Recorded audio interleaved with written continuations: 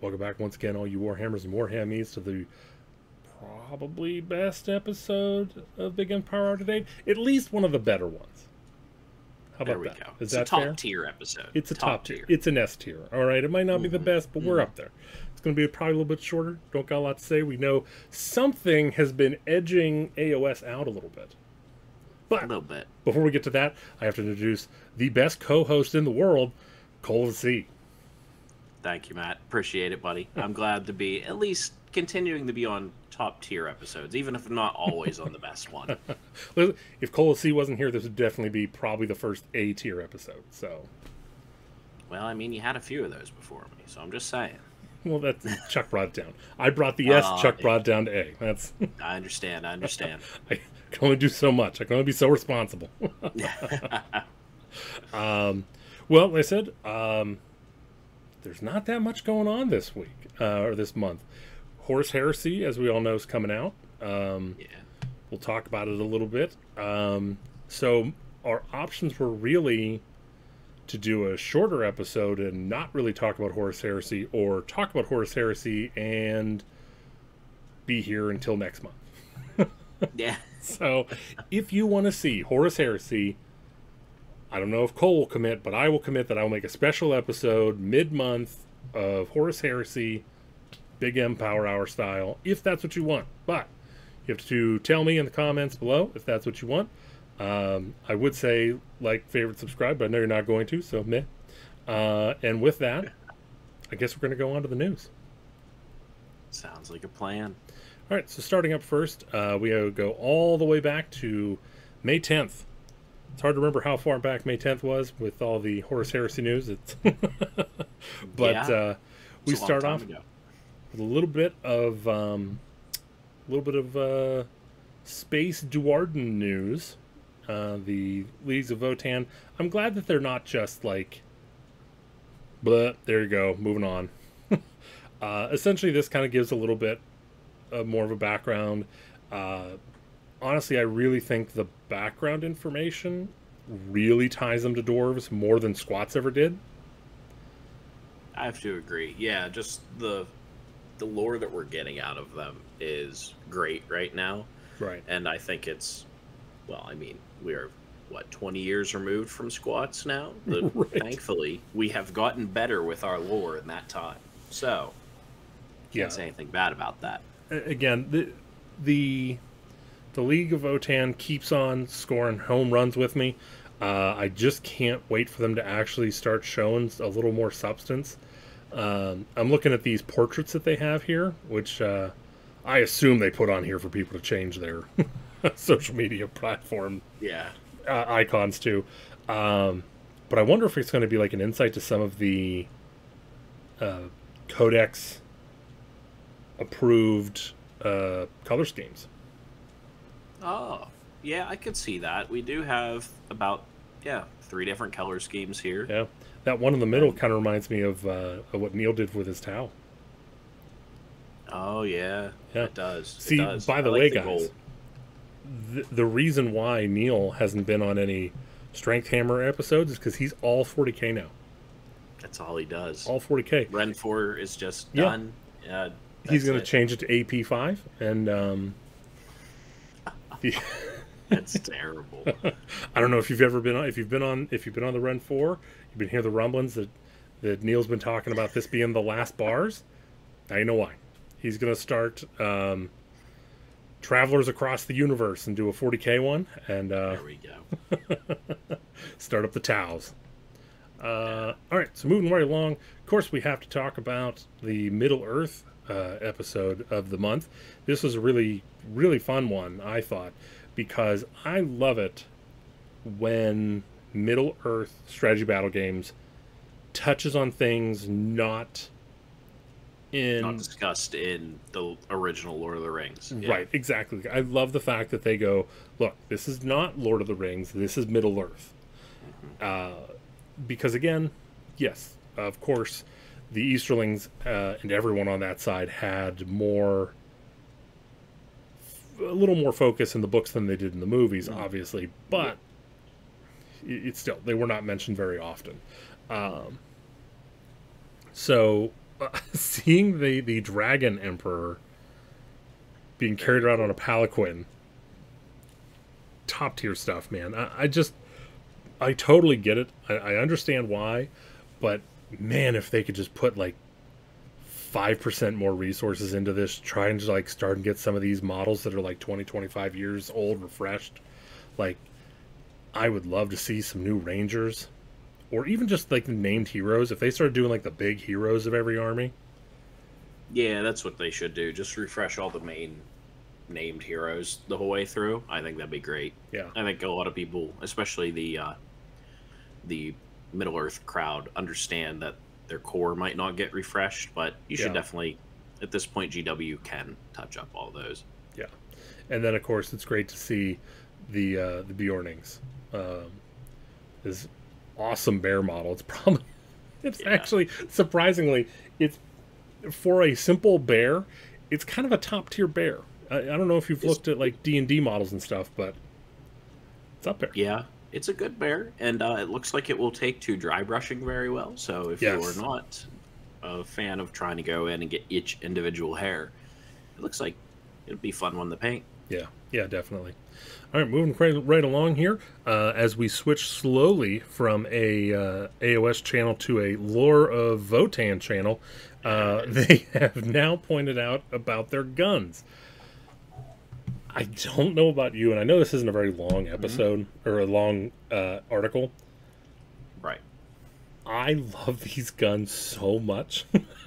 Oh, I'm very excited to see what all these things can do. Like, I have an idea from my Space Marine armies what some of them, the base idea will be.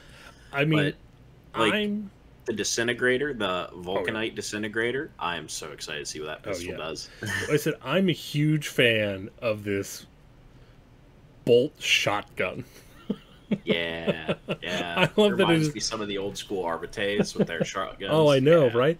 It is, not only is it a shotgun, it is also a revolver. Like, it's right. Yeah, because why not? It'll why be not? fine. And then of course like these the Graviton blast cannon and SP conversion beamer.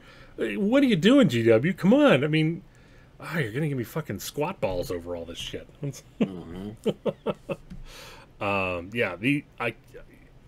Perfect. So far, like I said, this is what's driving me up a wall. Like, everything that's coming out is right in my wheelhouse.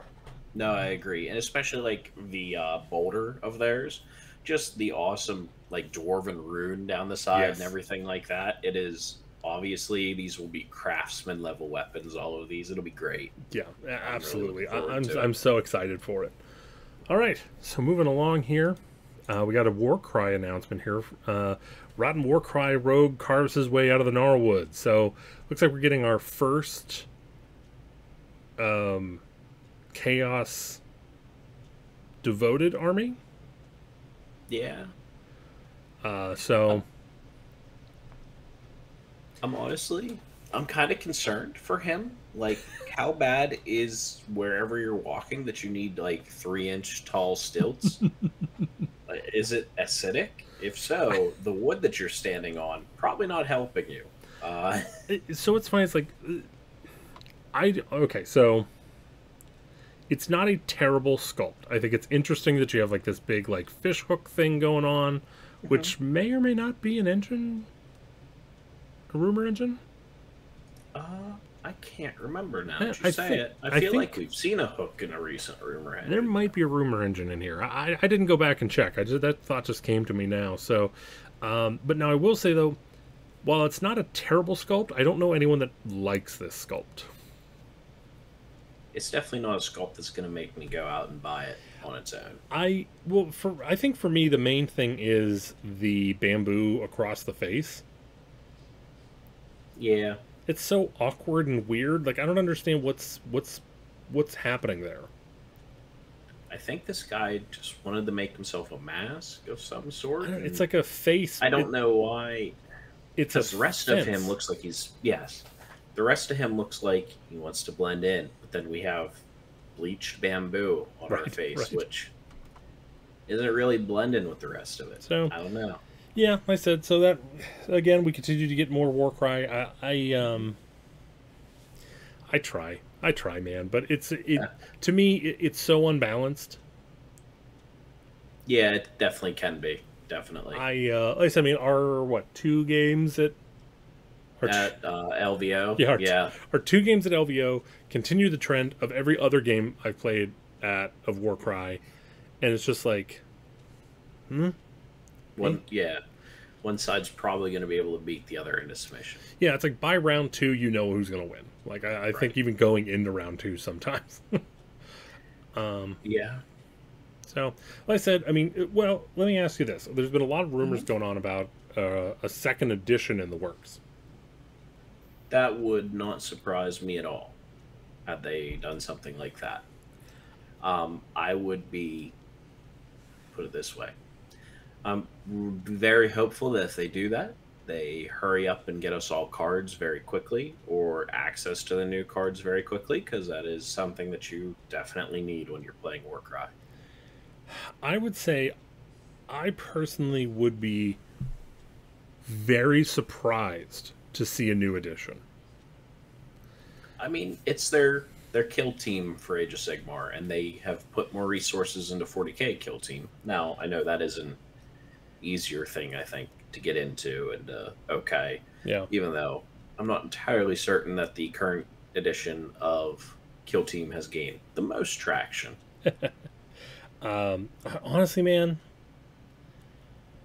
I think again, this is now all of a sudden it's old school, but Shadow War Armageddon was the Yeah, best skirmish game I had played from GW to date. I have to agree. That was probably their best doing of any sort of Kill Team style game. And And they probably should have stopped there or right. tweaked it slightly and called it good. Well, the issue was is like, so that was, from my understanding, essentially Necromunda without the gangers. Yeah, yeah, that's how it felt. And but the problem is like everyone loves that old Necromunda. Right, Like there's a reason why this current Necromunda doesn't have right. as much life as the old one did. You know, there's a reason why people 20 years from now aren't going to be playing the current version of Necromunda that's out. You're probably right. Yeah. Um, so, like I said, I mean, I think that was the way to go, and I think they had it right there. And then, um, I mean, honestly, I don't know. I feel like the kill team. This could be just me because I have not played it a whole bunch. Right. Have you played any kill team? I've played the current edition of Kill Team, yes, and I actually did find enjoyment in it. Now, Yes. everyone who's listening to this, take it with a grain of salt because I also played it with Harlequins, who are currently way too damn good. Um, I think it is overtuned. I think it's too complex for what it should be. Right. Yeah, I think there's too many rules. I think there's too much control over everything. It's not like it just seems to be too much. And also on top of that, the little ruler things that have symbols instead of numbers. that was the worst mistake they could have made. Yeah. Needs to go. If you don't know numbers, get out. Right. Yes, it should have been numbers, and then you put a 3 on one side, a 2 on one side, and a 1 on another side, Right. and said, "Hey, even if you don't have our fancy stick here, you can use your tape measure." Yeah, it's that was a dumb choice. I mean, we don't need to devolve that far. Right. Right. You don't need to like. Here's what I want you to do: write down 1 to 6, put it in a fishbowl, and then pull them out every time. Like, Yes. all right. So moving along here. So, just this Sunday, they told us that Horus Heresy is going up for pre-order. The Sunday after this episode goes live, it is going to be up for 2 weeks. We don't have a price yet. I don't think there's been a price leak. I don't think there's been anything leaked that I've seen. No, no. Everything I'm hearing is saying between 250 and 300. I personally would venture on the 300. Yeah. Personally. Now, again, I have to give credit where credit is due. That's a good price for this box. Yes, for everything you are getting, still going to be a good price. That is a fantastic price. Yeah.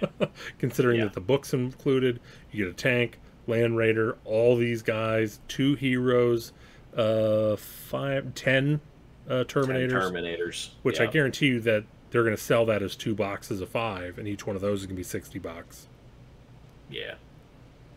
Yeah, because it's 40 basic Marines, 10 Terminators, 2 heroes, Dreadnought, tank. Yeah. Yeah. It's pretty good. Now again, it isn't that dreadful beaky Mark IV armor. Oh, jeez. Yes, yes. You all need to get over it. The beaky armor was top tier armor.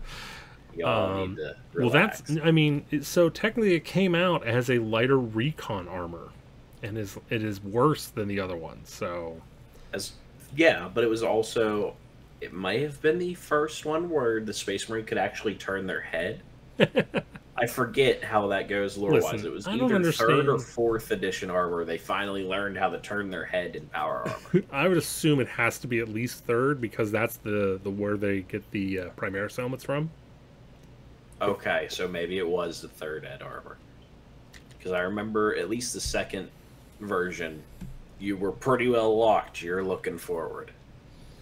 And then, of course, they are giving us reaction tokens and cards. Yeah. So apparently, in the rules here, we're going to have quite a few reactions. Yeah. Well, I think basically what it looks like. Because again, I this is an AOS channel, so we're not going to go too in depth with this. But from what I understand, you basically get 1 reaction per phase. Okay. Is what I understand.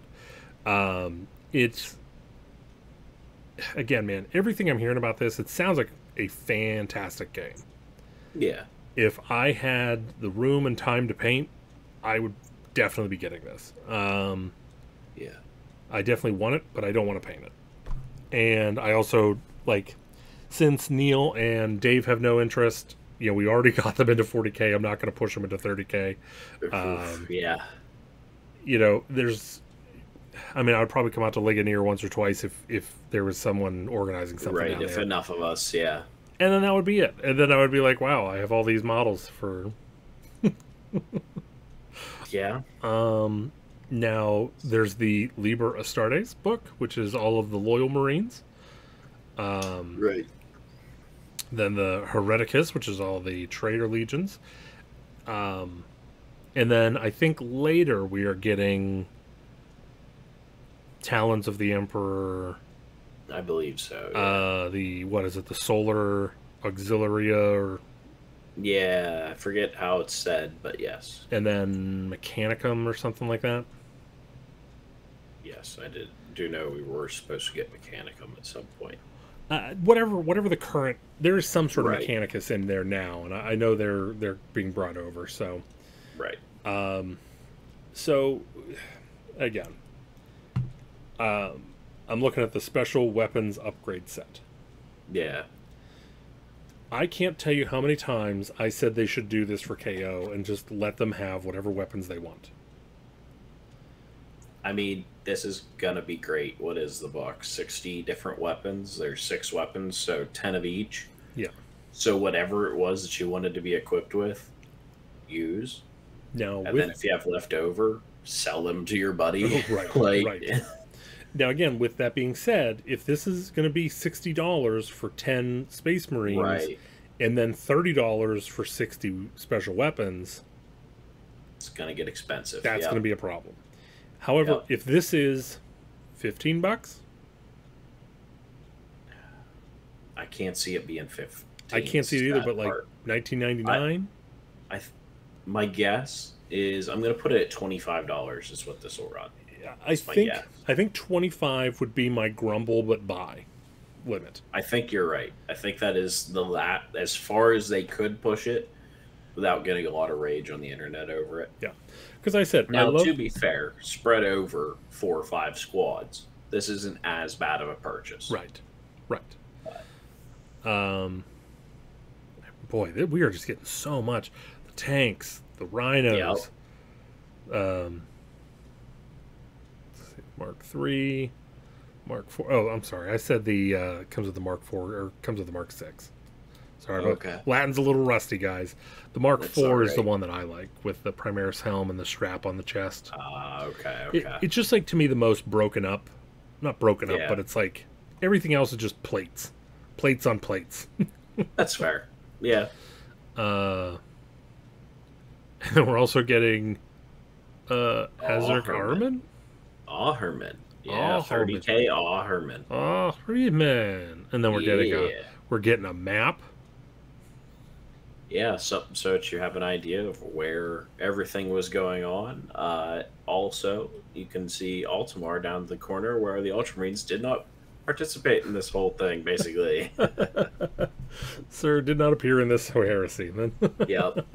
Then you have we're getting transfer sheets, which I think is cool because I have like a million transfer sheets lying around the house. Same. And then we're getting the Legion dice.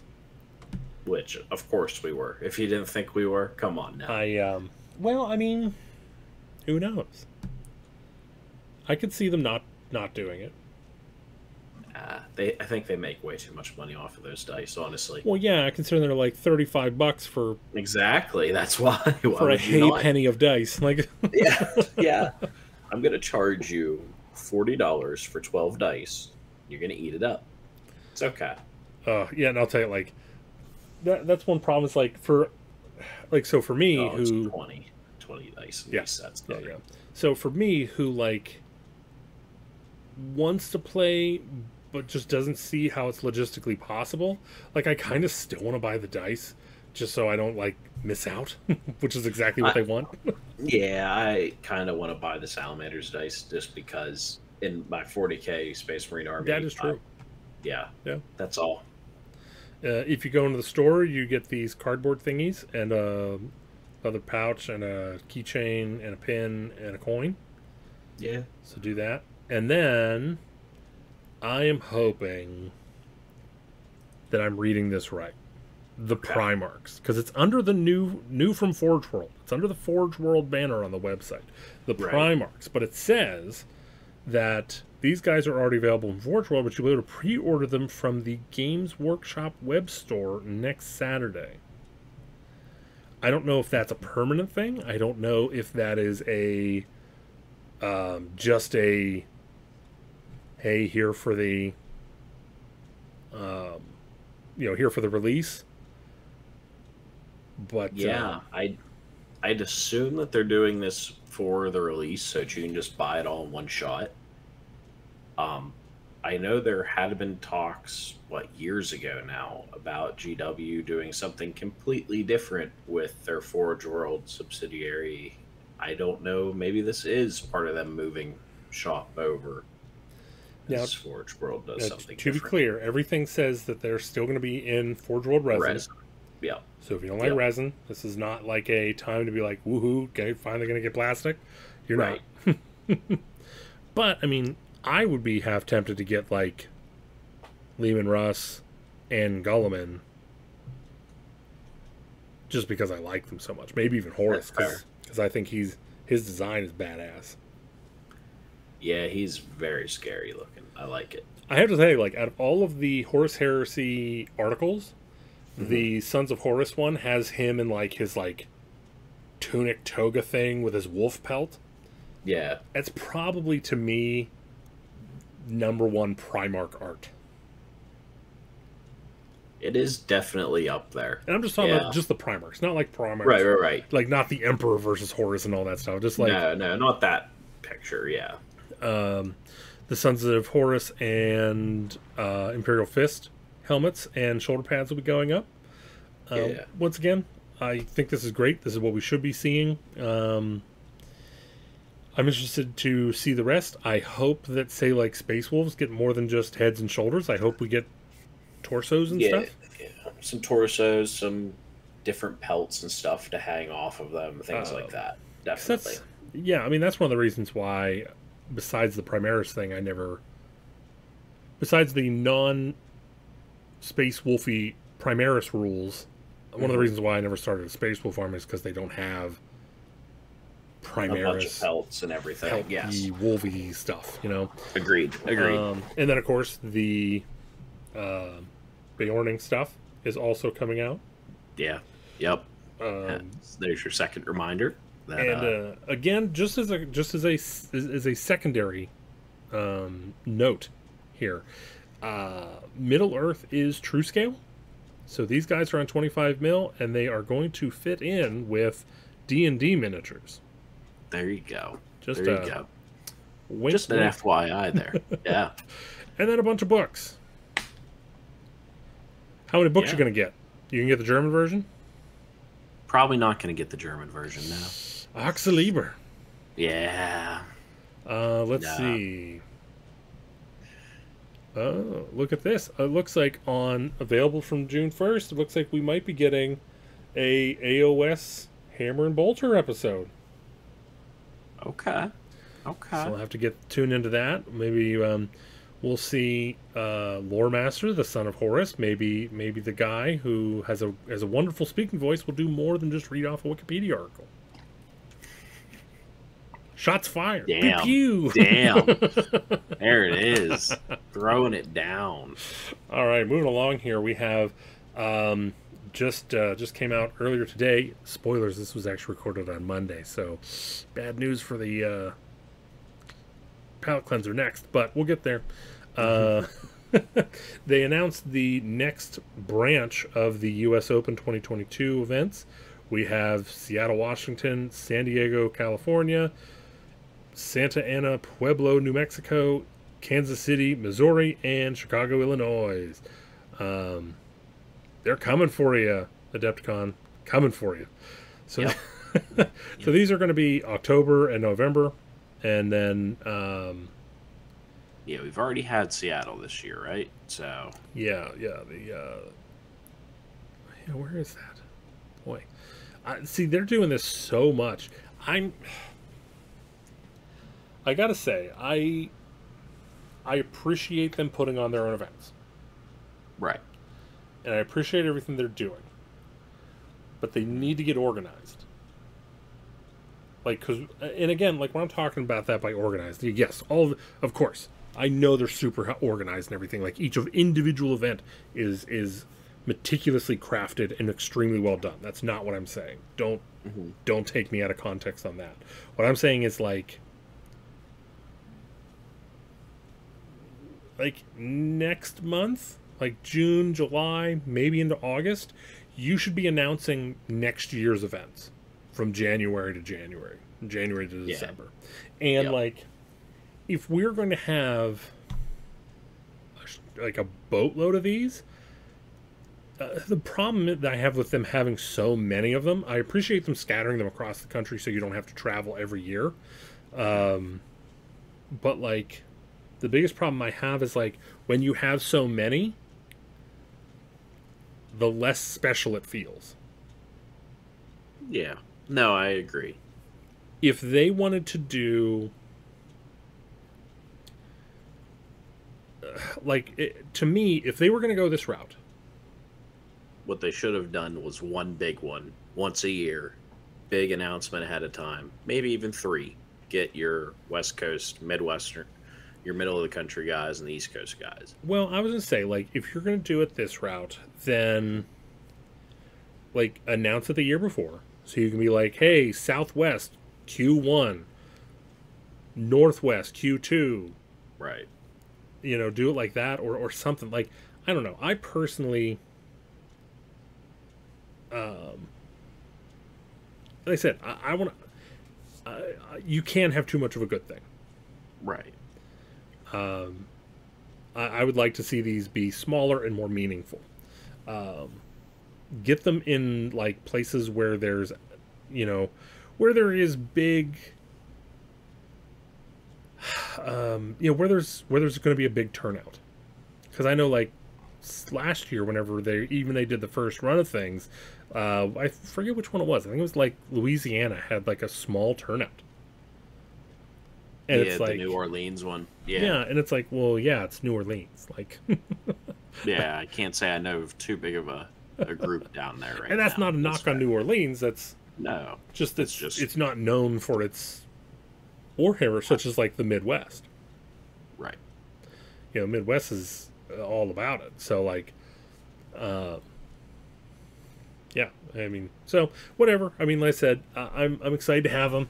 Like I said, I would personally rather see them do just like maybe 6.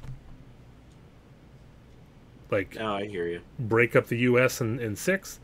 You know, 1 in Pittsburgh, 1 in wherever, and anywhere else like that. So move on from Yeah, there. just Pittsburgh. Please remember that bit, GW. Now- That's it. Thank you. Now, I will say, as far as that goes, back when I was your age, I was going to anime conventions all over the place. And near the tail end of my con going, we finally got a convention in Pittsburgh. Mm-hmm. And I don't know. I feel like the loss of the travel aspect kind of deflated it. Really? I'm telling you, it was weird. Like, you would still have a little bit of a travel, but you come out to Pittsburgh somewhat frequently. So it's like... Right. Yeah, it's not that big of a deal to make the drive to Pittsburgh. Right. So it's like there's something about the trip that makes you earn it. I suppose. You know, we'll find out whenever Pittsburgh's next year because, you know... Right, yeah. Now, I'll tell you, We'll keep if saying it, and eventually... if it's in Ligonier, you know that's Chuck. That's yes. If it somehow ends up in the small hamlet of, we know who to blame. Yeah. All right. So moving along here, we're going to go straight into our palette cleanser. We got 3, because again, we recorded late last month, so we got the one from the first Tuesday, and we're recording on a Monday, so we miss out this time. However, that means you get an extra one next month. So. All right, so moving right along here. So first we have, what was this? May 10th. I don't know how to describe this other than a Seraphon-looking spear. Okay. Let me dig here for you, because I think this is more exciting for you than you realize. I want you to go back to the same day, May the 10th. Look up the article on our Dwarven friends in 40K. And I want you to have a look at One Man's Earrings. All right. Pull this up. Oh, I think everyone avert your eyes. Actually, I wonder if I can just... I'm just scrolling very quick. I bet I can just put in Votan. Probably.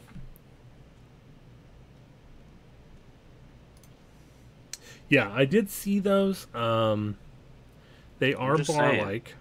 They look like both what's on the spear. You know? That is true. I'm just saying. I'm just saying. But I can definitely see your Seraphon tape. Because, like, that is obviously very Seraphon. Yeah, that's what's weird. It's like, so I would say up to that first segment. So you have the staff with the sticks. Once we hit that gem, the spiky bits, I don't know what's that's going on. Seraphon. And then, like, from the second bit to the tip comes off as, like, Necron. Yeah, I can give you that. Because, real quick here, so since we're already breaking custom and I'm shopping or going from page to page here, so we'll go to Seraphon. Let's see, Seraphon. Where are...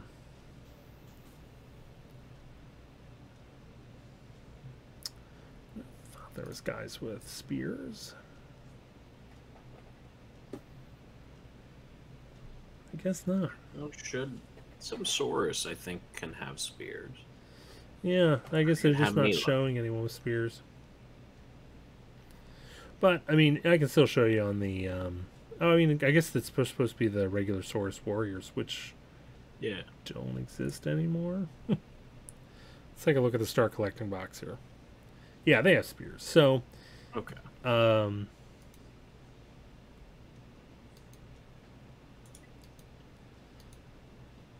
what's the other one that it could be? Okay, so yeah, so here, if you can kind of see on the Saurus Knight spears, they have that little, those like square dog tags, if you will. Okay.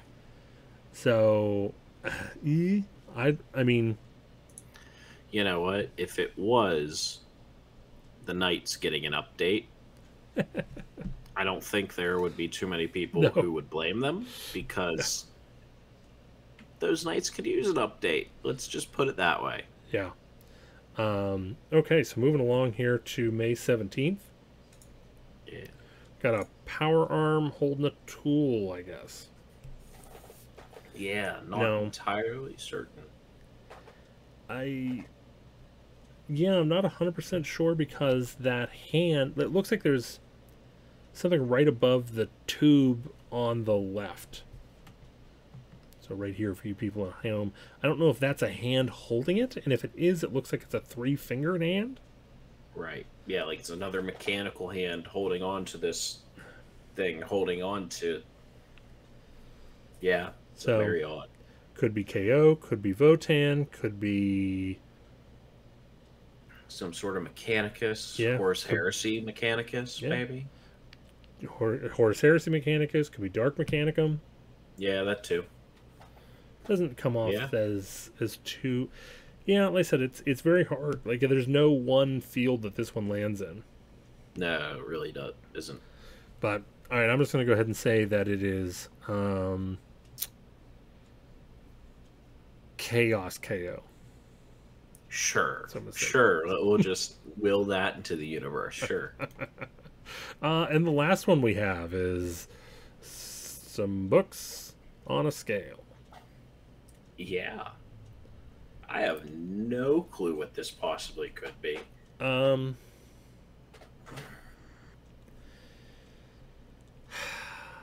I'm wondering if it is. See, the problem is like I want to say that it is Dawnbringer Crusade,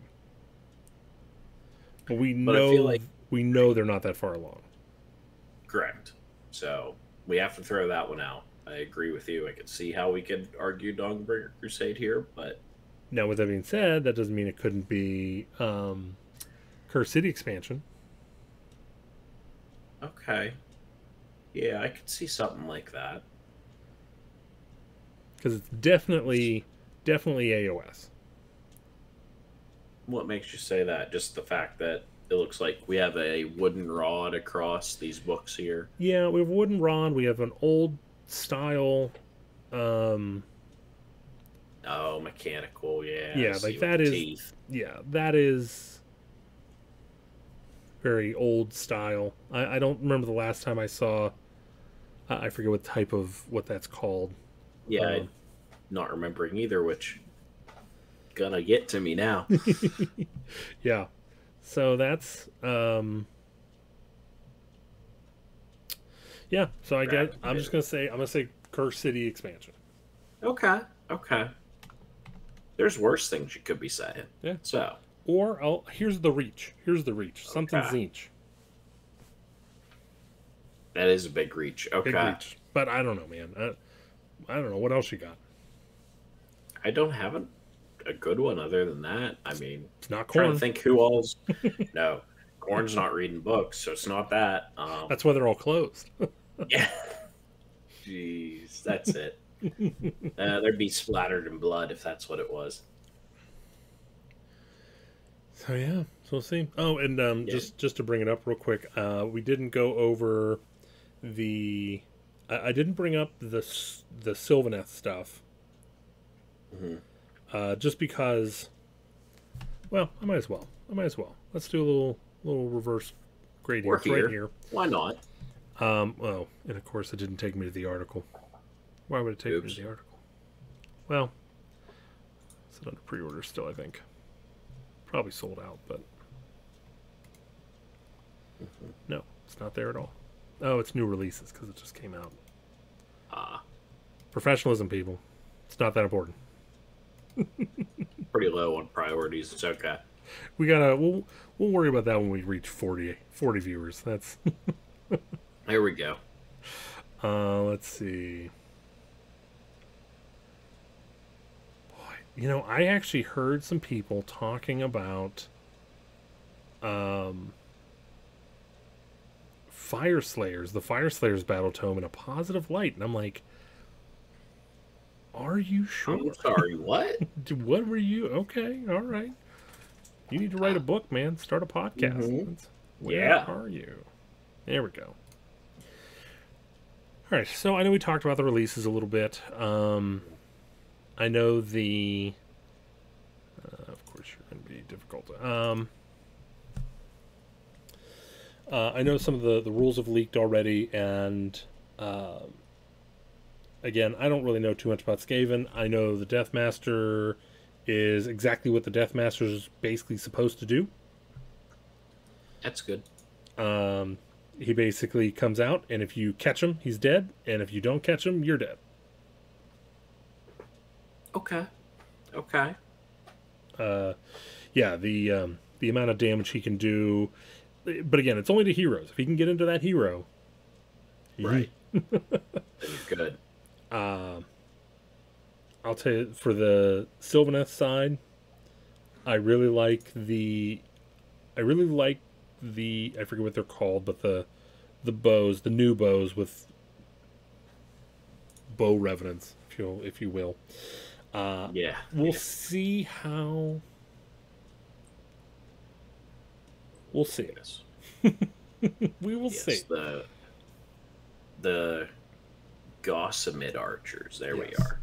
are. And the reason I say that is like the 12-inch range, they're very fragile, and they're very swingy. Yes. No, if you could roll a lot of sixes to hit for one turn, probably accidentally melted whatever it was you were shooting at. Right. Now, with that being said, the updated, first off, to go into the Lady Vines, I think the Lady Vines is great. I really like her. I love that she can summon dryads. I love that she can give that 5-up ward in an AoE. I was surprised for the size of her too. That model. Yes. I love it. That was great. Now, I am worried about a point cost. It seems a little high for an army that is Already high points. right. It's already kind of a high point army with low survivability with moderate damage. Right. So that has me worried a little bit.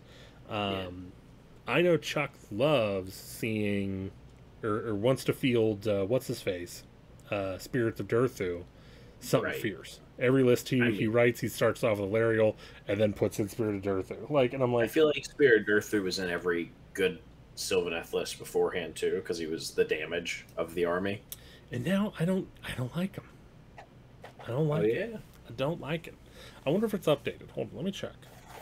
Yeah, I don't know. I haven't actually seen what his current profile is. But other than that, the bow Kurnoth hunters, I think now that you have a bow alternative, I think the Kurnothi hunters are kind of out. For I the bow. have to agree. That Yeah, they are. 30 They've 30 inches fallen is off. great. 4 to hit, though, does not work anymore. No. And if they think it does, then they're teasing themselves. Okay. Yeah, it looks like it updated. Yeah, it's Yeah. updated.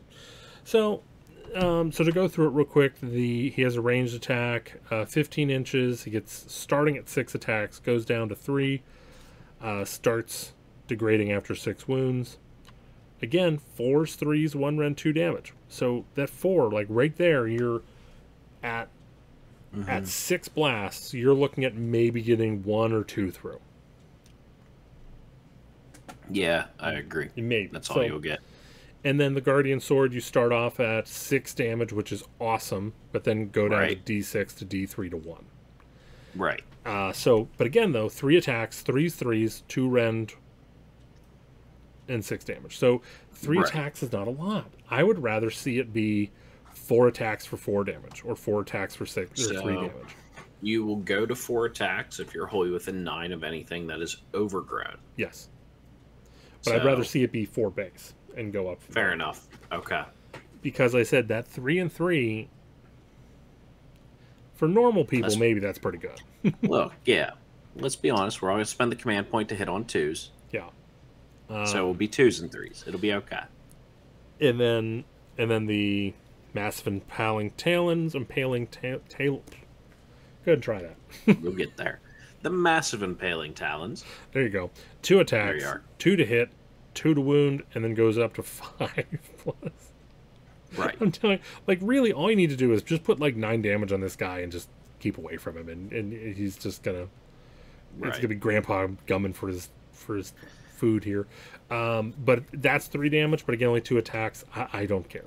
I'm not scared of this at all, especially for 375 points.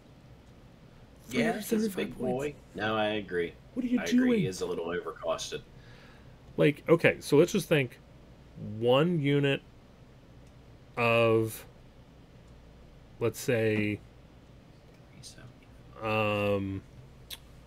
Retributors. There you go. Okay. I think that's 240.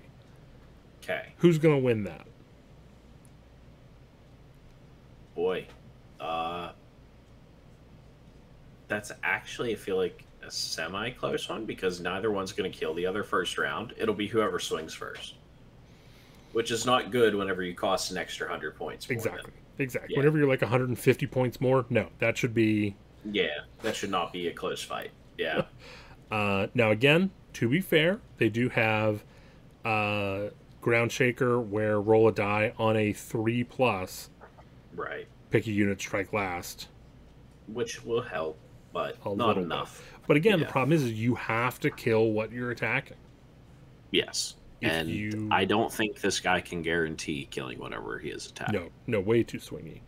Let's see. Okay, if you start within 6 inches in the movement phase of a terrain feature or overgrown terrain feature or awakened wildwood, it can walk the spirit a path, blah, blah, blah, pick it up, put it down outside of 9. And then finally, +1 attack when you're wholly within sight of 9. Right. Like you said. So, like I said, I couldn't imagine bringing this to a list, especially for 375. Yeah, I don't know. He's a monster. He's strong. And I feel like the army has a decent amount of healing to keep him up on his profile. I think you have... I don't know if you have it. Well, the problem is... And we were talking about this a little bit earlier, so yeah. Sorry, guys. But, I mean... We are now in a meta where if you don't do enough damage to kill a giant around... Right. What room is there for something that just has... What was he, 17, I think he was? 14. 14 wounds on a 3-up save. And again, don't get me wrong, I appreciate the 3-up save, but like without a ward save, right? This whole army is definitely going to crumble to anything that does mortals.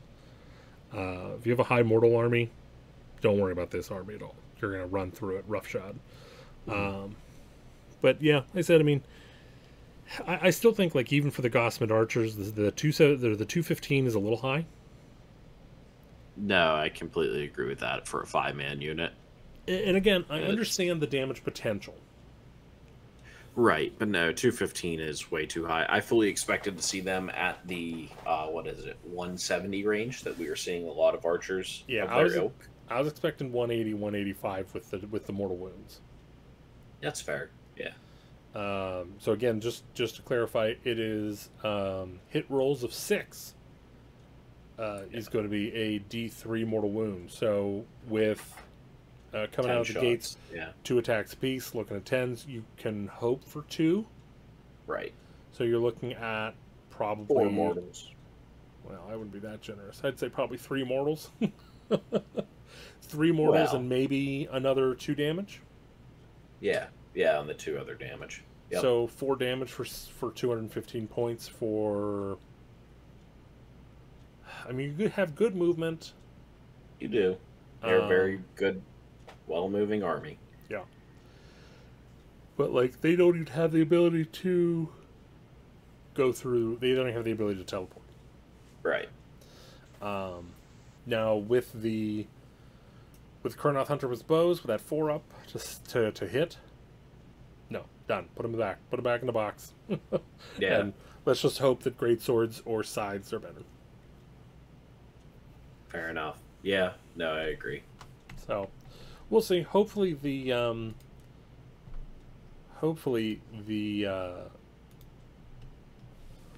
the box or the battle tomes will be out for the next episode. We can do a little bit more of an in-depth. Yes, we can do a good long talk about them, figure it out. Yeah. Definitely. I said, I have a feeling my expectation is they're going to be in the dead middle. Which is brought up from where they are currently. Right. So I will take a good 50 to 55% army. That'd be fine. Right. I mean, if I can bring my Sylvaneth and you can bring your Stormcast and we can have a good game, I'll be happy with where it is. Right. Agreed. Because right now it would be I bring my Sylvaneth, you bring your Khorne, and I'll lose, but you'll be biting your nails. Right. I mean, both of us will sit there and go, I don't know who's going to win this because I'm a bad army. Yeah. So with that being said, we I know we kind of tainted the palette after cleansing it. Yeah. That's fine. Be fine. It's Mother It'll be Nature. So I don't necessarily know we have too much to say about the new books. We talked ad nauseum last month about Nighthaunt. Yes, we did. And I don't think there was much more. Yeah, I mean, this book, it's a cool idea. I mean, we've got to see that they're realizing that you can't set up trees everywhere on every table. So they're going to let some piece of terrain count as... Oh, I was talking about Nighthaunt. Oh, sorry. Yeah, if you want to talk about the Wildwoods, that's...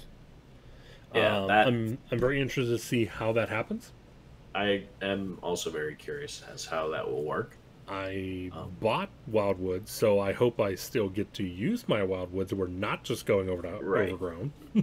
No, I think you will get to set up Awakened Wildwoods. I mean, it did say that. It did say Awakened Wildwoods. Right. So you'll probably get one of those and probably what do you think, D3 Overgrown? I think it might have already told us. Yeah, give me 1 second. Pick up to 3 terrain features on the battlefield that are wholly outside enemy territory. So not within yours, outside enemy. I want one inside. I agree. I think one inside would have been okay. I wonder if we'll have the ability to that'd be really cool if there was one of the glades that and your hero spread phase it. Pick a new one. Yeah. No, I agree. I think that'd be very useful. I think the army is going to struggle with actually sitting on an objective, though. Mm-hmm. It seems like a lot of what was written for it between the Gossamer archers and the Strike and Fade ability that was also put up in the article. Yeah. They want you to be there, and then the moment the enemy comes, leave, which doesn't win you games in AOS because you have to go there and stay there. Now, again, I would be saying, I would be okay, I see what they're doing if, let's say... It pounded like a hammer. The moment you touched it, it fell apart. Yes, I agree. Right. If everything was looking at 2 damage and 3 damage, yeah, absolutely. Yeah. But with what they've shown so far, I'm not 100% sure. I guess it's going to be kind of like KO, where you basically just have to outmaneuver your opponent, whittle them down so they can't cover as much ground as you, and you can just cover more shit. Yeah. Because this army will be very, very mobile with Walk the Hidden Paths and everything. So. Yeah. Well, like I said, we don't know what they're doing with Dryads yet. They might do something... I don't know. Maybe something crazy. Maybe they'll do something like the zombie thing where they automatically get back up, or maybe if we're lucky, Alarielle will put models back in units. There we go. Heaven forbid, Heaven forbid she's good and useful. I mean, heaven forbid Alarielle grows trees in her on the table. No. You bring her to summon 1 unit, and that's it. And you paid 600 and something or other points to buy another unit mid-game. That's what you do. Well, I'll tell you, the thing that I really appreciated them giving us an early reworked Alarielle War Scroll. No, I agree. However, it didn't resolve any of the issues I had with her. It upped her DPS, but it didn't up her utility. And to me, I feel like it should basically be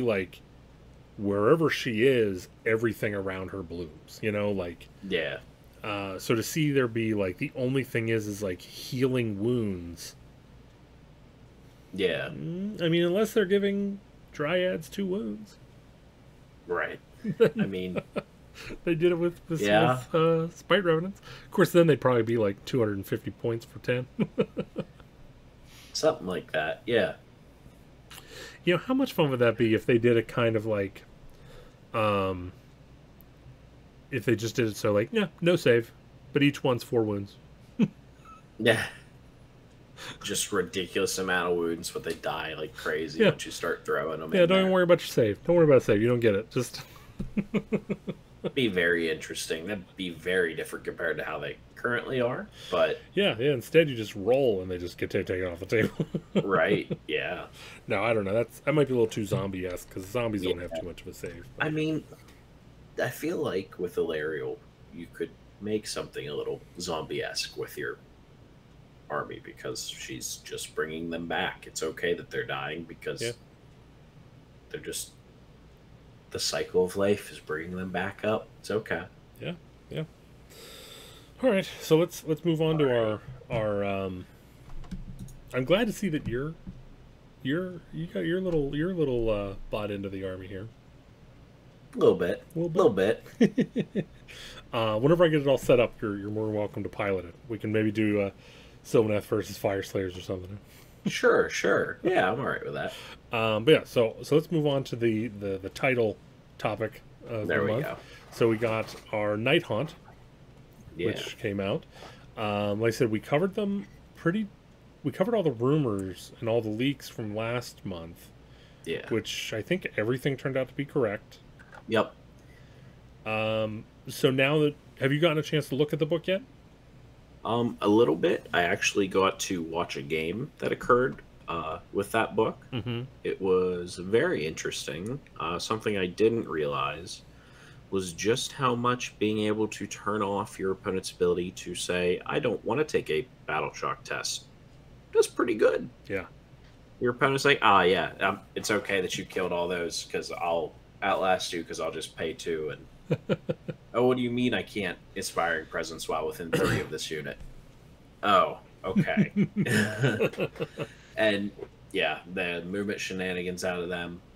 It is a little bit risky because you are falling back and charging in all the time. So you will definitely have games where you fail that charge back in somewhere key.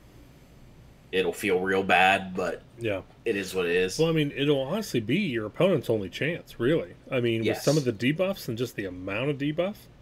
Yeah, it's very much a debuffing army. It itself will struggle against, like, let's say, Stormcast, something with high armor, because it doesn't have much of a mortal wound output at all. Yeah. So it will be interesting. Yeah, that is true. That is a very good point. Boy, man, I'll tell you, I really think mortal wounds in their current iteration is the problem with AOS right now. The armies that have them do well. The armies that don't struggle. Yeah. I mean, I don't know. I feel almost like it's almost like we're almost to the point where we are with 40K, where like a lot of things have an invuln armor or invuln save. Right. And I'm feeling like almost like we kind of need something like that. Like have a I'm a 3-up against regular wounds, and then I have a specific mortal wound save. Right. Against mortals, I am a 5-up. Right. Yeah. And not necessarily like going as far as an invuln save where, if you hit me with a Ren 3, I stop at a certain point. No. I think that's dumb for some armies. Yeah, that's fair. But, I mean, it's such a problem. Yeah. If you don't have a way to deal with mortals right now, you cannot win. You will definitely struggle. You either need a way to deal with mortals, or you need to be so heavy body-wise or wound-wise that you just don't care. Right. Which, not too many armies that can do that. Right. I mean, you got what? Beast Chaos. Yeah, if they're built correctly, they can do that. Yeah. And we know how good they do. Right. I mean, they have definitely risen since that White Dwarf. So, But Until yeah, Night they are Haunt came out definitely and pushed them back down. and probably help push them back down. Yes, you are correct. Well, let me ask. So that's actually a good point. Who doesn't have a decent ward save? Who can just push through mortals? Who can just survive mortals Yeah. and keep going? Like without necessarily having the ward save to fall back on. I mean, depending on the way you build Iron Jaws, I feel like there's a way to survive because you have so many high wound bodies, them and ogres. Yeah. Because ogres, some of their bigger stuff does already have a ward save built into Right, it, right. and there's a lot of wounds there. Well, how many wounds is just an ogre on foot? Is that 3 wounds? I believe he is 4. 4. Wow. 4, yeah. Yeah, an on-foot ogre is 4, I believe, yeah. And counts as 2 models because of their Yeah. own inbuilt rule, even though they are not 5. Yeah. Yeah. And again, like I said, I mean, yeah, man, I'll tell you, if it was me, we would have ward saves would be there. Like, I would just shift ward save to mean saves on a mortal wound. Yeah. And then I would scale back the amount of mortal wounds. I would come up with other things to trigger on a 6. I'd rather see something do 2 wounds or auto Which wounds. I think they're learning. Like the Night Haunt book is auto wounds on 6s instead of just flat out doing mortals, which is good. I think that is half the problem with the things we have on our hit list for Age of Sigmar right now. Yeah. Is a lot of it is things that do mortal wounds, things that do mortal wounds at range. Because and what's then you're funny not is risking you're anything. Right. You're right. I mean, like, what's funny is, like, I think about, say, like, Fire Slayers. Yeah. Who is scared of Hearthguard Berserkers with pole axes? I mean, Yeah. because those are 2-inch reach, and on a 6 do 2 mortal wounds. Right. Which, that's good. Right. That's not But- bad. But there's some armies But- that just, Yeah. I don't They'll know. just have them dead before they have to worry about it because they're so slow. So we are not talking about Night Haunt at all.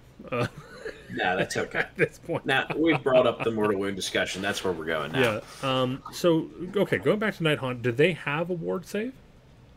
They have a 6-up the entire way across the board.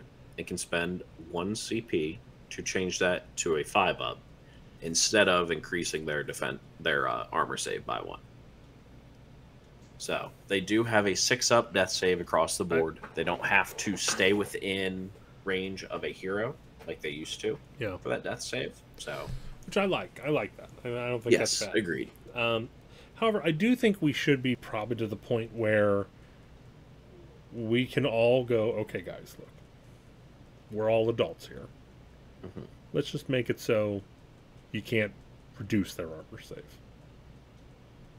I mean, yeah, And we'll move they're on. there. We'll move Yeah. on. Because it's still, you can't modify their saves roll. Right. So you can't just go all out defense and move on with your day. Like, you have to Right. come out with a workaround. And it's like, Right. I don't necessarily know. Like, if you're going to put in the rule, Mhm. if you're going to word the rule the way that you did, Mhm. you've now put eggs in a basket, and you cannot say, I also want eggs from that basket. Point over Right. there to the other basket where that basket is better saves. That's fair. So either go, you cannot reduce their save, or hell, even go, you cannot reduce their save beyond more than 1. That could be an entertaining one. Yeah. You know, like something. Give something, as opposed to just, oh, you can't change it. Oh, and then here's some rules on how you can change it. Like, Right. so, yeah, like I said, I mean, so where do you think this book's going to lie? I think this will be a mid-tier book. Depending on the meta, it will have moments where it's a top-tier book. I think that being, if you live in a world where you don't see a lot of volume of attacks, this army will be great, because the only problem with this whole book is, A, it doesn't put out mortal wounds, so it'll struggle against some elite armies, but you'll outbody them, so I think you're okay. Yeah. Yeah. But the real issue this army is, you're on a 4-up save that's not changing at all. So can you roll 4-ups? Yeah. And if I make you roll 20 saves yeah, you'll start failing and you'll go away on me.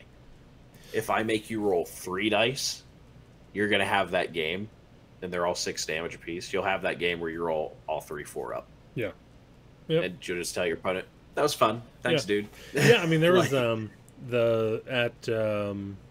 Fabricator Forge. I was playing my Orky buddy, yeah, and again, yeah, I'm sitting there with Ren 2, and he's like, "Okay, 5s, made them all. Okay, Right. 4s, made them all." And I'm like, "I guess I don't have to participate this game." Like, yeah. I mean, that's the way it'll be. You'll have Night Yeah. Haunt games where you'll walk up, your opponent will say, "I have Rend Bajillion for 1 attack," and you'll say, "All right, I saved it. yeah, It's okay." yeah, yeah. Yeah, like I said, I expect to see this army in high mid. I don't disagree with that. I just think that's I expect where it the to do very well. I just don't expect it to like cross the threshold, if you will. No, no. I think there are armies out there that will easily be able to keep it down and out of here, and that's okay. Wonder if we should do a tournament where you're not allowed to bring any of the top tier armies. just be as gatekeeping as possible. So, here's the thing. At what point do you cut that off? Because as you cut armies off the top, Well, there's a difference Another armies- between there's No, a I difference agree. between aggressively good. right. Yeah, Right. Like if you go against bow snakes right. and you're not in that echelon, You're going to get ripped apart by. just figure Bow out how many points is your opponent going to get, and Right. bow snakes with Marathi. I mean, again, there's certain lists that just whenever you rock paper scissors Spock, right. and you're going to a tournament where there's only Rock out and of paper. out of Yeah. 100 people, and only 5 people brought Spock. It's Right. Right. and I said we'll see. I mean, I know I am overly cantankerous about it. I'm aware of that. Understood. But like I'm at the point where I'm already like, all right, I see what you're doing here. Let's re-rack. Let's start up with 4th. Don't even worry about the rest of the books. We'll try again. boy. Again, we got what, 2 months until the 1 year review episode, but Yeah. That'll be very interesting. I started off this edition enjoying it quite a bit. same. I am still enjoying it. There are aspects of it though that I think it's not the edition itself. It is what has become of certain army books and things like that are worrying me. Well, yeah, like I said, I mean, I'll go into more details obviously in 2 months, but Right. I think they set up a fence and made a little play space, and then they have come out with every book destroying every spoke of that fence. Right. We're gonna And it's hop the like- fence over here with this book and over here with this book and And it's those hops that are, and again, don't get me wrong, like I don't have a problem with something going outside of the bounds, but right. whenever it's okay, how does this book go outside of the bounds? How does this book go outside of the bounds? This book isn't going to go outside the bounds. This book is going to go out this way, and it's like, whoa. But yeah, the last thing I'll say is about that topic, because again, I want to save something for the episode itself. As we see with the Horus Heresy, that's how these, even if they're not released at once, that's how those battle tomes should be written. As though they were all released at once, yes. Yes, because the problem is they don't do that. Right. And I understand how much work that is. I understand it's a Right. colossal amount of work. But whenever it's all new and you're thinking one way, and then like I don't know about you, but like every once in a while, like I'll try it down and like I'll just try and write. Okay. Or if I like look at my D&D characters over the years, not even over the years, but like over, like, say, a 6-month period where I'm playing different characters at different games. Like, Mhm. the way I create changes as I go. Right. And it's the same thing with the battle tomes. Like, we saw it again. The best example is 40K whenever Primaris came out. Yeah. The start of that edition had nothing to do with Primaris. It did not come out with Primaris in mind. Yeah, they were not even the top dogs for a while there. Right. I mean, also, if you were not a Primaris Marine, there was no reason to take you at that time, in Right. my mind. Right. And that's But- the thing, is like, whenever they came out and they got that first buff, Yeah. then it was like, okay, chop everything from here and just go whoomph. And then, okay, now everything from here, this way is viable. And, like, I Right. feel like we're kind of getting there with AOS, even though we don't have a Primaris per se. Right. But again, We'll save it. Put Save a lid it. on it. saving it, putting a It'll be lid. okay. This lid wants to come off, man. It's, I understand. We're gonna put it Pandora's. up here on one of the shelves. Yeah. We're gonna keep it here for a little bit. It'll be all right. But I do think that this book is not furthering the creep, Okay. Yeah. but I do think we potentially have a new candidate for biggest NPE army. I mean, it's gonna have moments. Yeah. I mean, like, all right, let's do this combat. Okay, well, you're -2 to hit, -2 to save. What now? Right. Yeah. It'll have its moments where you did good. All right, hitting on 6s, ass. Yep. Yep.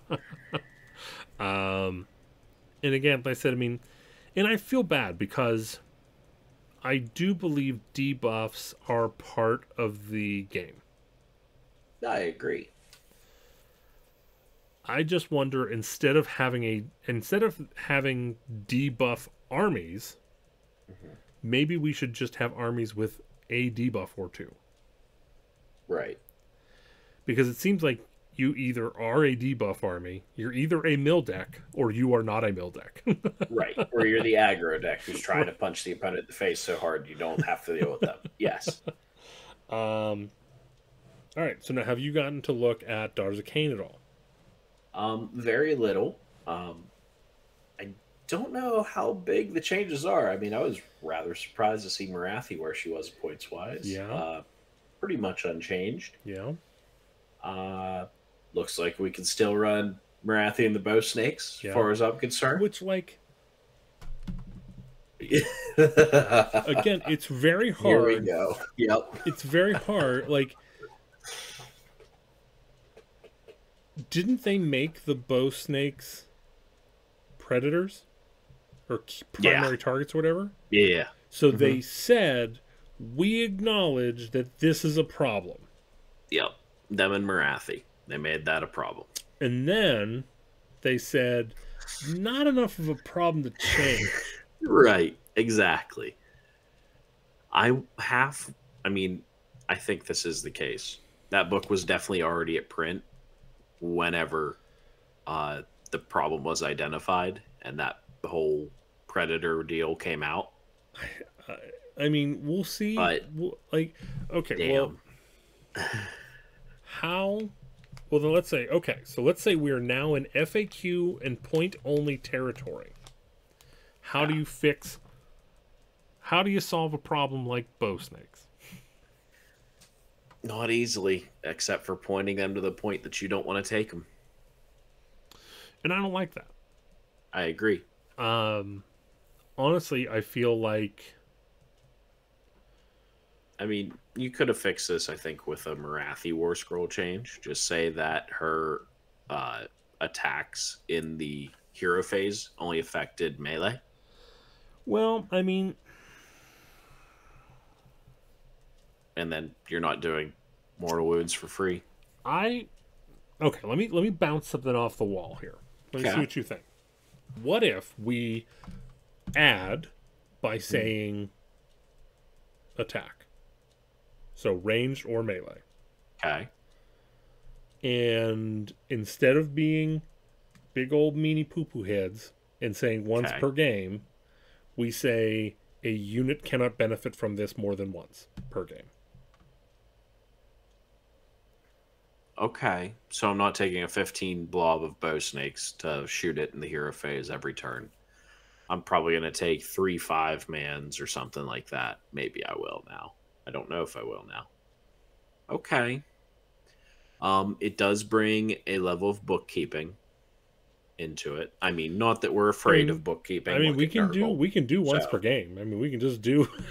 right, right. I mean, like, because again, like, I honestly don't think, like, long strikes are that bad with once per game. I think I agree with you. I don't think long strikes are too bad with once per game. They get their burst at the start, Right. and you see, maybe did I do it? Did I not? If the answer is no, you go, well, I tried. Here Right. we go. Right. And so, like, I think that's kind of your route is you basically either do once per game or you do one, a unit can only benefit from this once per game. I don't think there's no way that you can logically debate that this should be every round. It's very difficult too.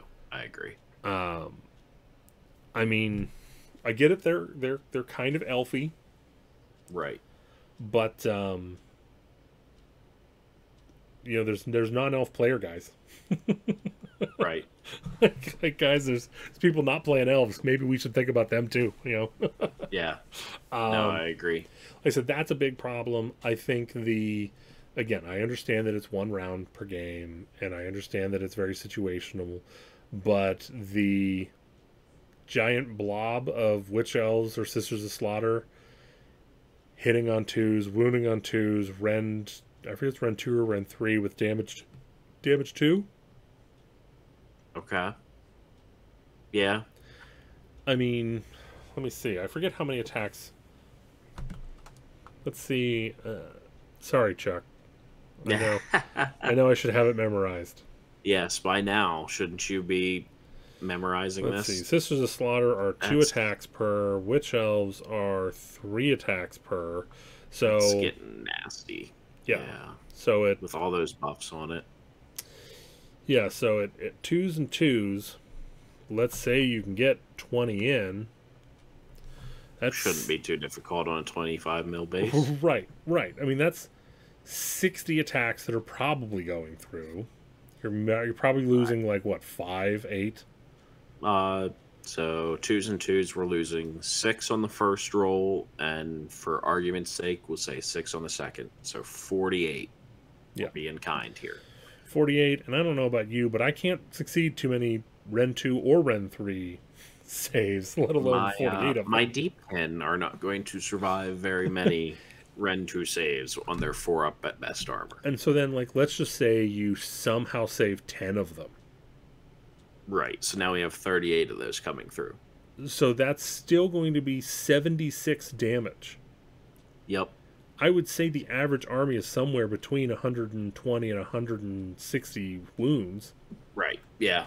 So in one turn, if you space that out right or go after the right unit, you win. Yeah, if your opponent cannot screen, you're gonna be able to rip through some things. Well, I mean, with a bunch of bow snakes shooting twice per turn, I imagine those screens aren't going to last very long. I would hope so. Yeah, I mean, I think this book is still in the top tier. I think it's still going to be able to go 5-0 easy.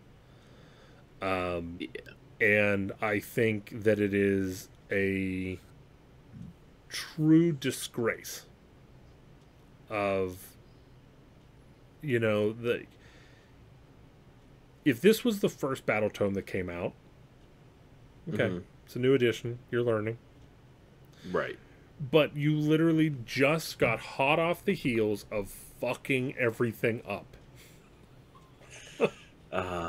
Like, you guys are fucking everything up. And then you go, shit, guys, we fucked everything up. Let's fix everything in the dumbest way possible. By the way, here's Daughters of Khaine. Yeah. Like, guys, come on. Yeah.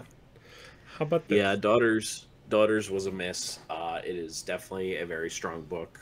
I'm really kind of scared. I think it is definitely A tier, if not it's currently S tier. Yeah. It I is mean, way up there, especially for the points cost of some of these units. yeah. Now, It's with that low being said, for I mean, third edition yeah, for some of these. and once again, I don't know the fix. I don't know the fix for, It'll be points, sadly. and that's, yeah. I mean, I hate to go straight to points because, like I said, I mean, it's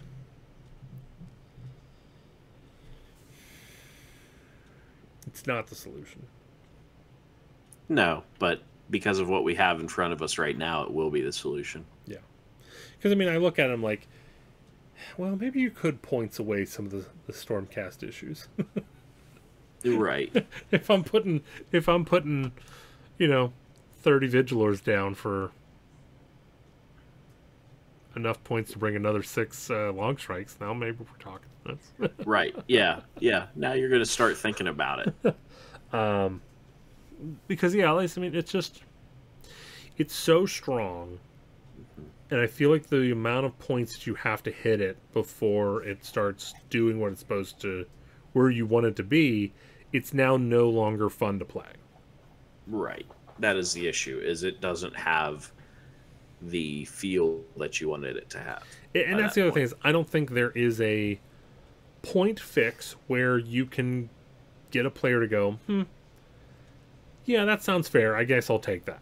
And then it's still be you're gonna feel upset whenever you get hit with points fixes.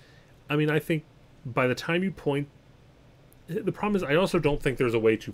So like, let's say this is the scale here of broke to useless, and then like right here is the balance. This is the sweet spot. Yeah. I don't think that there is a stop. I think it goes. Yeah, I agree. There's this point where, yep, it's still good. You can take him, and then you add 20 more points on. It's like, and now I'll never touch it. Right, and so, and especially whenever they have already said, "Hey, we're going to have units that you can add even more reinforcement onto." And so those here's my have thing. to be cheap units then, so that it's even true. doable. So, I know the first. Yeah, here, let's bring up specific examples so Chuck can't. Yeah. Oh, because he will, if he listens to this. He doesn't listen to his own shit. He's not gonna listen to me. I mean, yeah, he's already turned it off since we were complaining about Daughters. Let's be honest here. All right, so this is from the Hag Queen for the Witch Brew. The start of hero phase, you can pick one friendly Daughters of Cain unit wholly within 12 inches of this unit to drink Witch Brew. A unit cannot drink Witch Brew more than once in the same hero phase. If you do so, add 1 to the number of the current battle round when determining the abilities gained by that unit from the Blood Rights battle trait until the end of that turn. This ability, and that's changed a lot actually. Yeah, it is a big change for that. So we'll only be re-rolling. Well, now, if we're re-rolling ones now, I don't know what the current table looks like. I specifically got this unlocked so I could look that up. Just so that you could do this. Yes. So where's your chart? Where's Perfect. your chart?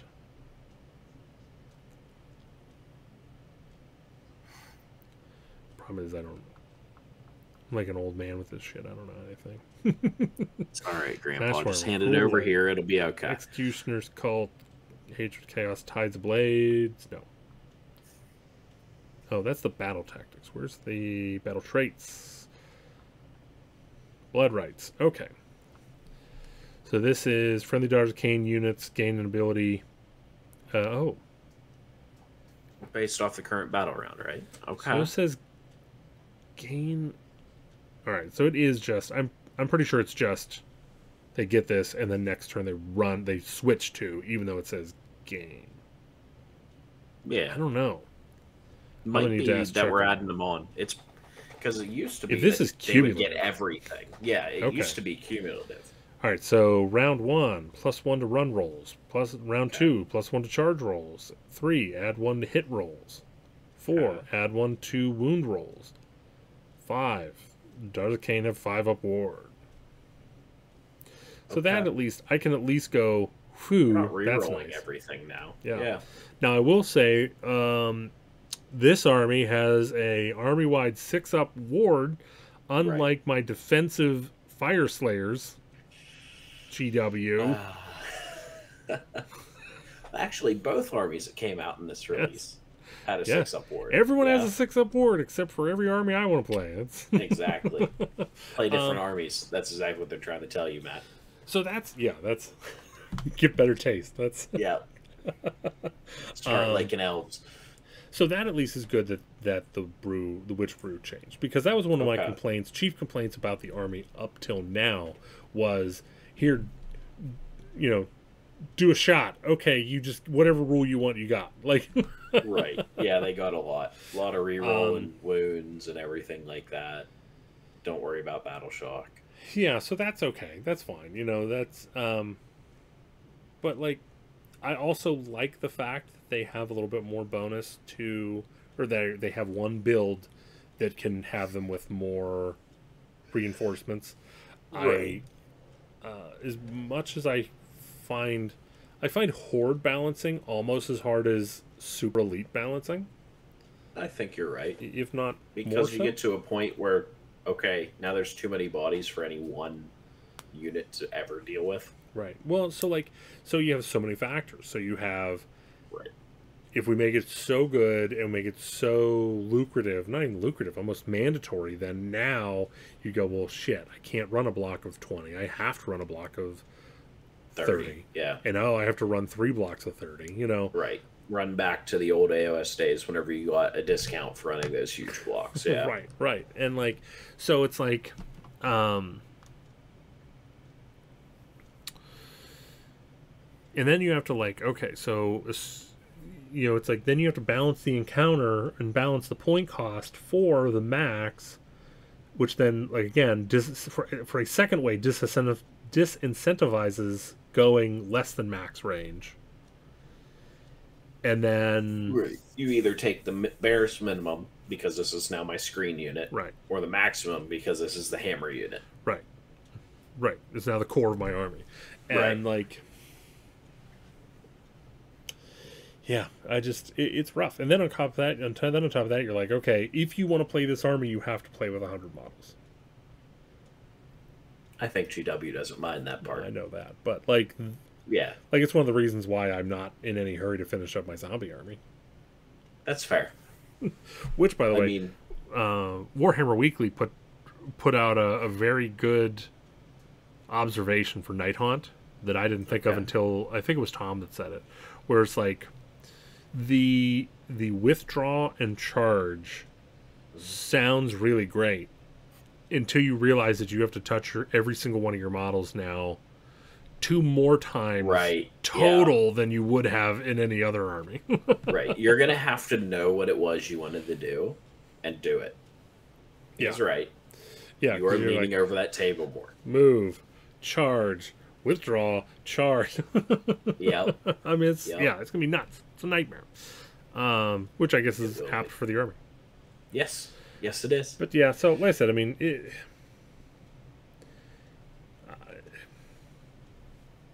I don't know, man. Like, and I know this is so counter GW. This is anti GW territory when I say this, but like, we need to get to the point where we have to realize that elves aren't just supposed to have every rule we can come up with. What just came out of your mouth?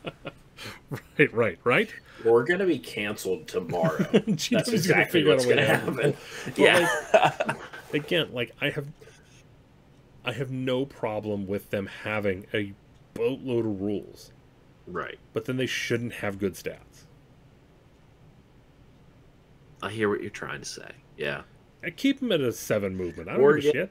Give everybody a shit ton of rules. One of the two. I mean, again, like, so I'm actually Stormcast. I'm actually more against that. I actually liked that was one of the things that drove me nuts whenever you started with Stormcast versus Cruel Right. Boys. You had, here is Minimal. highly effective, low utility Stormcast, and then you have low effectiveness, high utility Cruel Boys. However, they didn't do a good job writing that portion of the book. Right. And so that didn't do exactly Iron what they Jaw's expected book. it to do. Yes. Right. Yeah. Which is a shame. Like, I thought Cruel Boys Agreed. was going to be awesome. Really cool army concept. Everyone was excited for it to do well. Everyone. Yeah.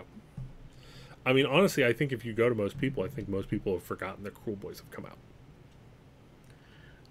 A lot of people would be very surprised if you sat Cruel Boys across from the table Right. from them. I have never played against Cruel Boys once. I don't think I have either.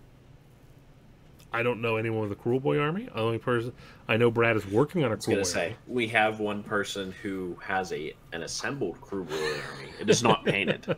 It is not painted. But is assembled. But I don't know, like... Yeah. Outside of that, I know one other guy who has a Cruel Boy army.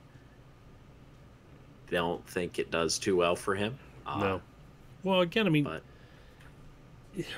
And I have a feeling we're going to the same place with Sylvaneth that we are with Cruel Boys, where... we are all going to be really hyped for the idea and concept and really hope that it's going to be good. Well, I And think... we're going to be mid, bottom mid. Yeah. And again, I think the problem is they're going to go like, hey, look, here's what we'll do is we'll just put a lot of bodies on the table and we'll give a 5-up save, and then we won't really do anything else for them. And that'll be enough to hold objectives, right, guys? Well, even then, we aren't going to have a lot of bodies on the table. Sylvaneth, like hardly anything. That's going to be a very small army. I mean, well, let's take a look here real quick. Well, we got... This is the hat trick of app references tonight. So let's see Dryads. So Dryads are 10 for 95. Okay. So you can at least put 60 Dryads on the table, no problem. Okay. So you can base your army on a triad base right now. So what you could do, let's see. So if I get my Dryads and I put a Vine Lady around, and I give one of the units, let's say the only unit that's being attacked for whatever reason, I'm giving them Mystic Shield. Of course. So now they're going to be a 4-up, 5-up, and I can all-out attack if you have any Rend on there. Okay. And then, as of right now, they are -1 to hit Right. when they're within 6 inches of a friendly Wildwood. Which, yeah. Doable now with the new rule, honestly. Don't have a trained piece inside of your opponent's territory. Which of some missions will be great, some will be terrible. Oh, they actually have impenetrable thicket right now, where you add one if they have 10 or more models. So don't worry about Mystic Shield. Right. But so now you're looking at -1 to hit, 30 wounds, 3-up, well 4-up, 5-up. I mean, I still don't expect that to stay anywhere. Especially considering right now they're 2 attacks, 4s, no Rend, 1 damage. Right. The issue is I think it will have a chance to stay wherever you put it. It'll be about 10 of the 30 models still being there, and then they won't do anything back. Right. Now, again, that's the place where you need to have spells or Alariel putting models back. Right. I mean, I guess you can do... This army now just... I mean, I think you're going to grab your Emerald Life Swarm, and it's going to live with that army as part of it. I think you're right. You're gonna do that a lot. The only other issue is that these Dryads, I think, will be capable of catching something and holding it, but I don't know what you bring around as the hammer blow to get them out of wherever you are. Yeah. I mean, Durthu, hopefully, some Tree Revs, maybe. Yeah, I don't know. Like I said, I mean, it's hard to tell. I mean, It'll be interesting. Come on, GW. They're wood elves. They are elves. We swear. The blue ones have pointy ears. Yeah, they were at least at one point. It's good enough. And where's my Kurnothi? Where's the Oh boy, here we go. There's my It's a, satyrs. just give up on the satyrs. I think Just that's give what we'll up on do. them. If Sylvaneth isn't out in time We'll for, just talk.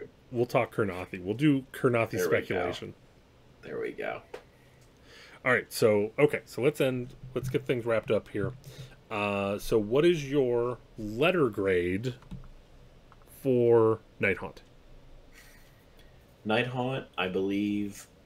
Oh, boy, because of the NPE that it might give to some people, I'm only going to give it a B.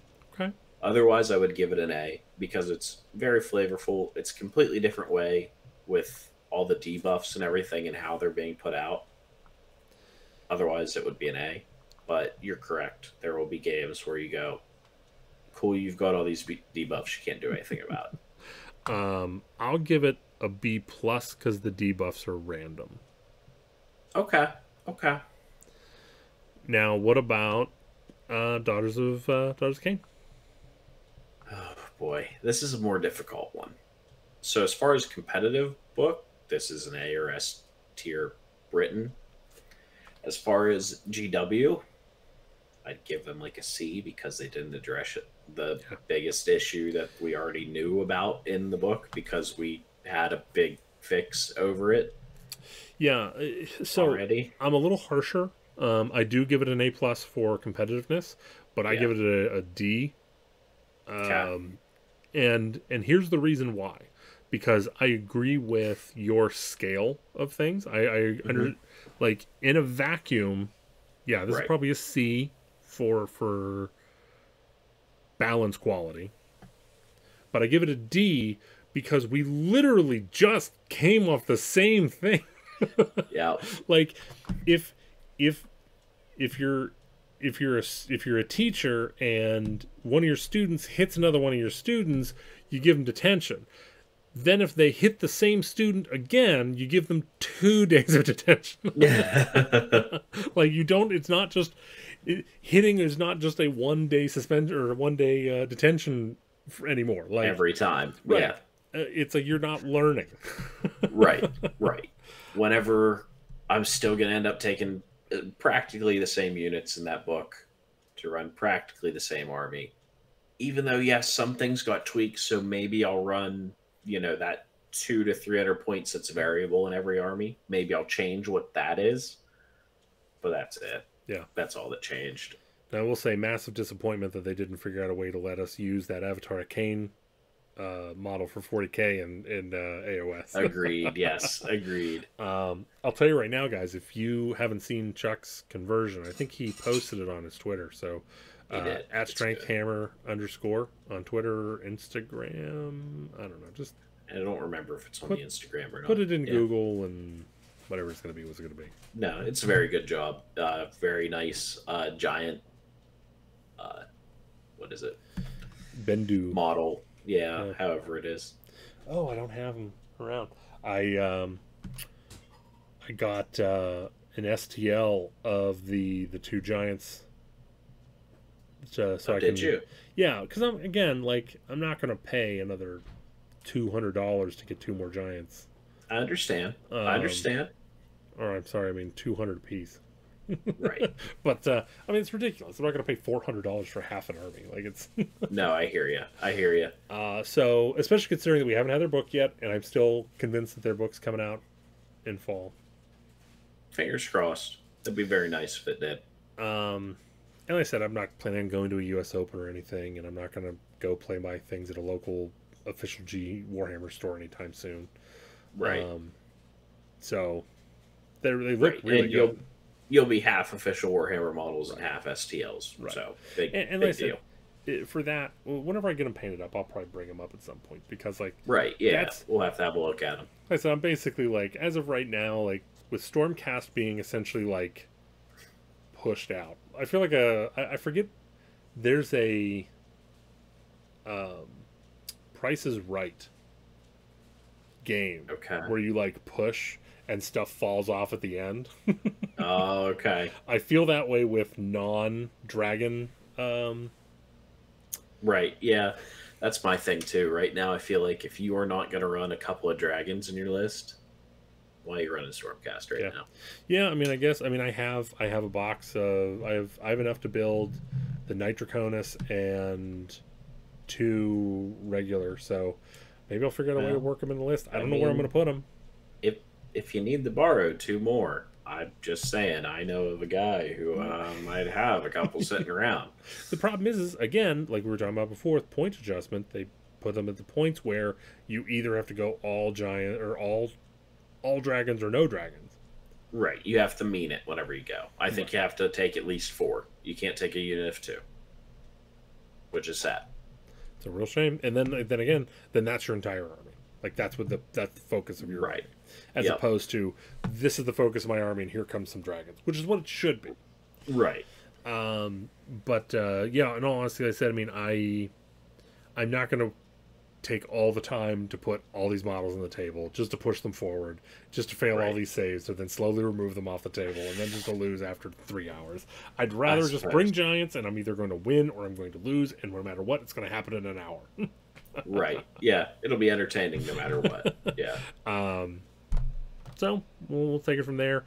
Like I said, the STL files, the guy who I played at Fabricator Forge had his entire army comprised of these guys. Right. The Gatebreaker one is obvious.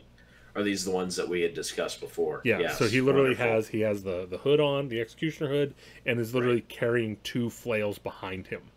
There we go. The other guy doesn't really necessarily look like the War Stomper. I believe it's War Stomper, the Chaos one. Yeah, the War Stomper. Yeah, and doesn't necessarily look like him, but it also doesn't not look like him. So, because the War Stomper doesn't really necessarily have any distinguishing features. Like, the big thing is it doesn't look like the Kraken Eater. Right. So. Right. The Kraken Eater has a bunch of fish stuff. The Gatebreaker has a bunch of death stuff and hood stuff. And the War Stomper doesn't. Right. Yes. The War Stomper exists. Like I said, it's still my favorite sculpt out of the 3. Fair enough. But yes, because again, the current list right now is 2 and 2, and you go into the just run it, and and Stomper Tribe or Taker. Yeah, Stomper Tribe take 3 artifacts and be happy. Yeah. Yep. Cool. Yeah. Right. So, all right. Well, that's us for this month. You got anything to say? Not right now, no. Hopefully we have a much more exciting show next month. I'll talk a little bit about bars, and we'll see what all happened with these 2 battle tomes coming up. Skaven and Sylvaneth. Remember, you're going to be the sole representative at bars this weekend, so you got to... Yeah. We'll have a good time. We'll see how King Lotel fares. I just hope he gets to murder something, to be completely honest. It's right here. So, procrastinating succeeded because I never put a base on him. Perfect. Yeah. So this is my guy. This is who was going to go. I know this isn't going to work, but I'm going to do him anyways. But like you said, try. He looks fine. He looks really good in person, but there's no like photographic angle of him. No, he doesn't have a perfect that wing is just slightly in the way. Yeah, everything's like, no, don't look. But right. Yeah. At this angle, if you like that, that's not perfect. There you go. That's a good play angle.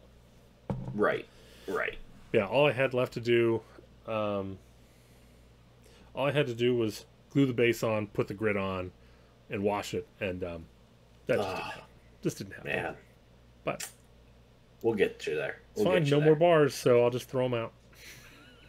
I guess so. Yep. Tell Neil it's his fault. I'll go back to my real narrative characters that would suffer terribly in his format. So it's okay. Shoot. All right, everybody. So once again, thank you all for tuning in. We're gonna cut it. I guess it's not too terribly short. It's still an hour 40 or so. We'll see what it comes after editing. Cool. So yeah. Sorry, it's not the 2 hours of normal days. But... Yeah, we didn't fit 1 hour of content in 2 hours like normal. But there's no guarantee or promise, even in the episodes where I guaranteed and promised it. There we go. There is an invisible asterisk. So just remember, I think we'll continue. I'm gonna go counterculture like normal, I'm going to be, because they always say the battle for the gray, you know, the war against the gray or whatever. I'm taking the other side. Don't paint. Don't paint. Yeah. To heck with Chuck and his no backlog life. Just, you want as much of a backlog as possible. Right. Because if you ever finish it all, you die. That's how it works. That's how it works. Yeah. So again, just leave it all gray. If anyone tells you otherwise, fuck them. Fuck them. There we go. Yeah, that'll teach them.